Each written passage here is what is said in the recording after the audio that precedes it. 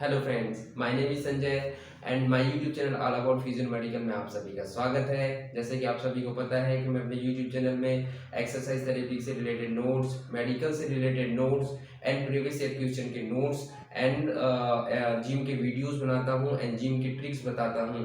तो please my YouTube channel को subscribe कीजिए और मैं बेल आइकन के बटन को जरूर दबाइए ताकि मेरी वीडियोस की नोटिफिकेशन आप सभी को मिलती रहे। तो चलिए स्टार्ट करते हैं। आज का हमारा टॉपिक है determinant of resistance exercise. Resistance exercise को क्या क्या चीज डिटरमाइन करते हैं आज हम पढ़ेंगे।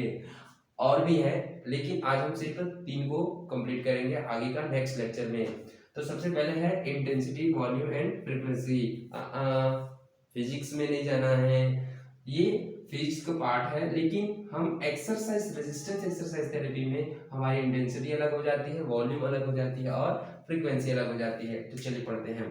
इंटेंसिटी क्या है? Intensity, the intensity of exercise in a resistance training program is the amount of resistance यानी weight imposed on a contracting muscle during each repetition of an exercise। इसको सिंपल में समझते हैं।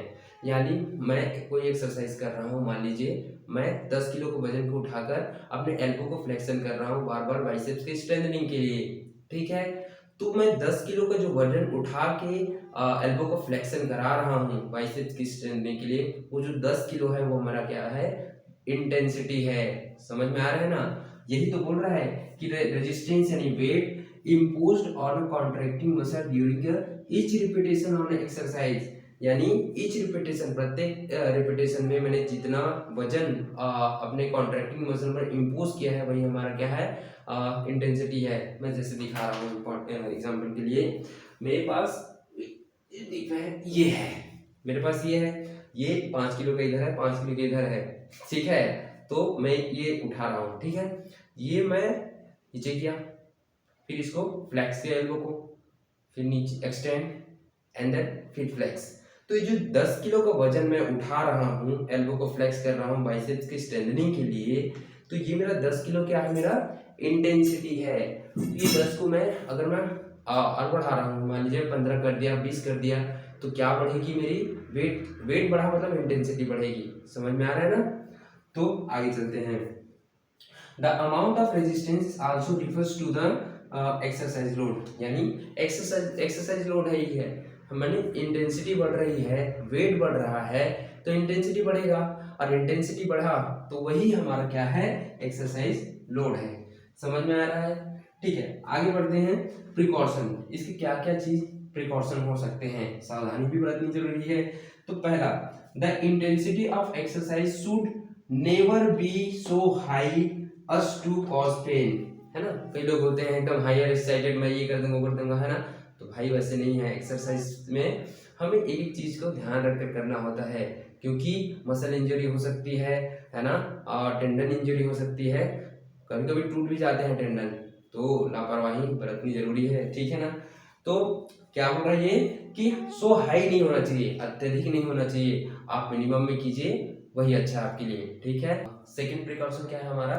सेकंड प्रिकॉशन है, as the intensity of exercise increases, patient exert a maximal or near maximal effort, cardiovascular risk increases substantially। मतलब साथ साथ किसके?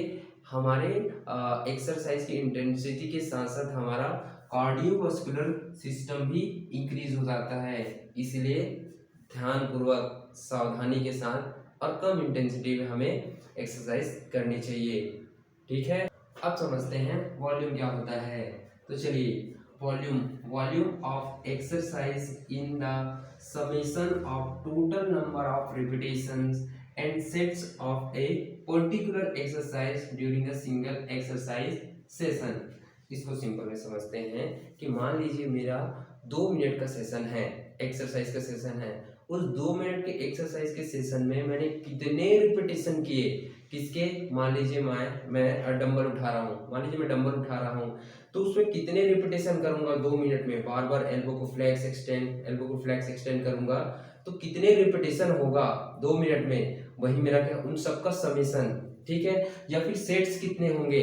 उन सबका समेशन ही क्या कहलाता है, मेरा वॉल्यूम कहलाता है। समझ में आ रहा है ना कि वॉल्यूम क्या है, x is the summation of the total number of repetition and sets of a particular exercise during a single exercise session. यानी कि मैं जितना रिपीटेशन कर पा रहा हूँ एक पर्टिकुलर टाइम में जल्दी जल्दी से फटाफट, वही मेरा क्या है, वॉल्यूम कहलाएगा। अब इसको थोड़ा समझते हैं कि वॉल्यूम और इंटेंसिटी में क्या रिलेशनशिप है। तो हमेशा याद रखना, volume is always inversely proportional to intensity. कैसे है, इंटेंसिटी क्या है, इंटेंसिटी क्या है, वेट है ना, वेट है। इंटेंसिटी क्या है, वेट है। और वॉल्यूम क्या है, कितने बार एक पर्टिकुलर टाइम में हम कितने बार रिपीटेशन कर रहे हैं, वो हमारा वॉल्यूम हुआ। तो यदि मैं इंटेंसिटी यानी वेट बढ़ाऊंगा, इसको इंक्रीज कर रहा हूं, तो रिपीटेशन कम होगा कि नहीं, बिल्कुल कम होगा। यानी कि वॉल्यूम हमेशा इनवर्सली प्रोपोर्शनल होगा किससे, इंटेंसिटी से। ठीक है, अब समझते हैं सेट्स क्या होता है। रिपीटेशन तो समझ में आ गया था, पर सेट्स क्या होता है उसके बारे में नहीं बताया हूँ। तो सेट्स क्या होता है कि a predetermined number of consecutive repetitions group together is known as sets और बोर्ड ऑफ एक्सरसाइज। यानी कॉन्सिक्यूटिव में लगातार, ठीक है, कि लगातार रिपीटेशन के ग्रुप को ही हम क्या बोलते हैं, सेट्स कहते हैं, या फिर बोर्ड, उसके हम बोर्ड भी बोलते हैं। ठीक है, कि लगातार रिपीटेशन के ग्रुप को ही हम क्या बोलते हैं, सेट्स कहते हैं या बोर्ड्स बोलते हैं। ठीक है, सेट समझ में आ गया कि लगातार रिपीटेशन के ग्रुप को, एक मिनट में मान लीजिए मैंने 12 बार रिपीटेशन किया, इसके एक ग्रुप को हम क्या बोलेंगे, एक सेट्स है। ठीक है ना, एक सेट है। चलिए अब पढ़ते हैं फ्रीक्वेंसी क्या होता है।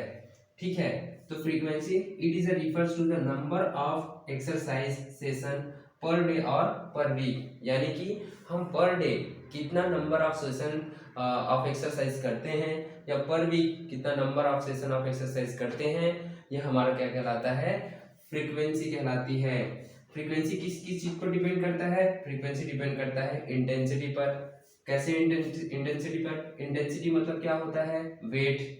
जितना वेट अधिक होगा उतना ही हमारा फ्रीक्वेंसी क्या हो सकती है, कम हो सकती है। कैसे, ज्यादा मैं इंटेंसिटी का वर्कआउट करूंगा, ठीक है, तो फटीग ज्यादा हो जाऊंगा तो मैं सेशन ज्यादा नहीं कर पाऊंगा, तो मेरी फ्रीक्वेंसी ऑलरेडी कम हो सकती है।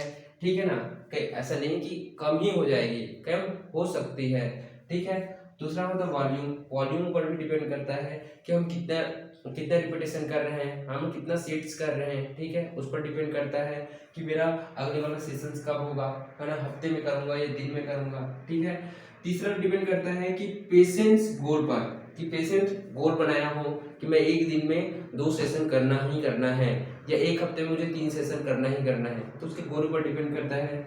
तीसरा होता है जनरल हेल्थ स्टेटस पर, कि पर्सनल जो पर्सन है उसका स्टेटस कैसा है, उसका हेल्थ स्टेटस कैसा है। हेल्थ अच्छा होगा तो हो सकता है कि सेशन ज्यादा कर सके, हेल्थ अगर अच्छा नहीं है, खराब है, तो हो सकता है कि सेशन कम हो, हफ्ते में 1 बार हो या हफ्ते में 2 बार करे।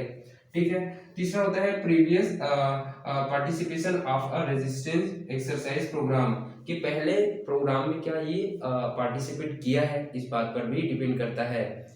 चलिए एक चीज और जान लेते हैं कि फ्रीक्वेंसी में क्या होता है, greater than intensity and volume.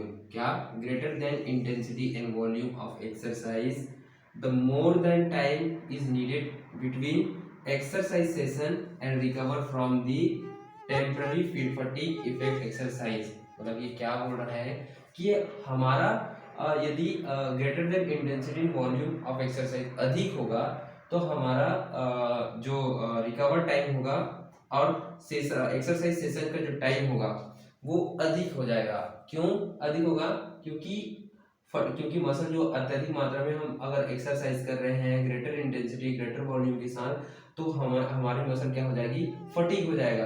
तो फटीग को रिकवर करने के लिए और नए सेशन को करने के लिए इन दोनों के बीच में टाइम कितना होगा, मोर देन होगा, अधिक हो जाएगा।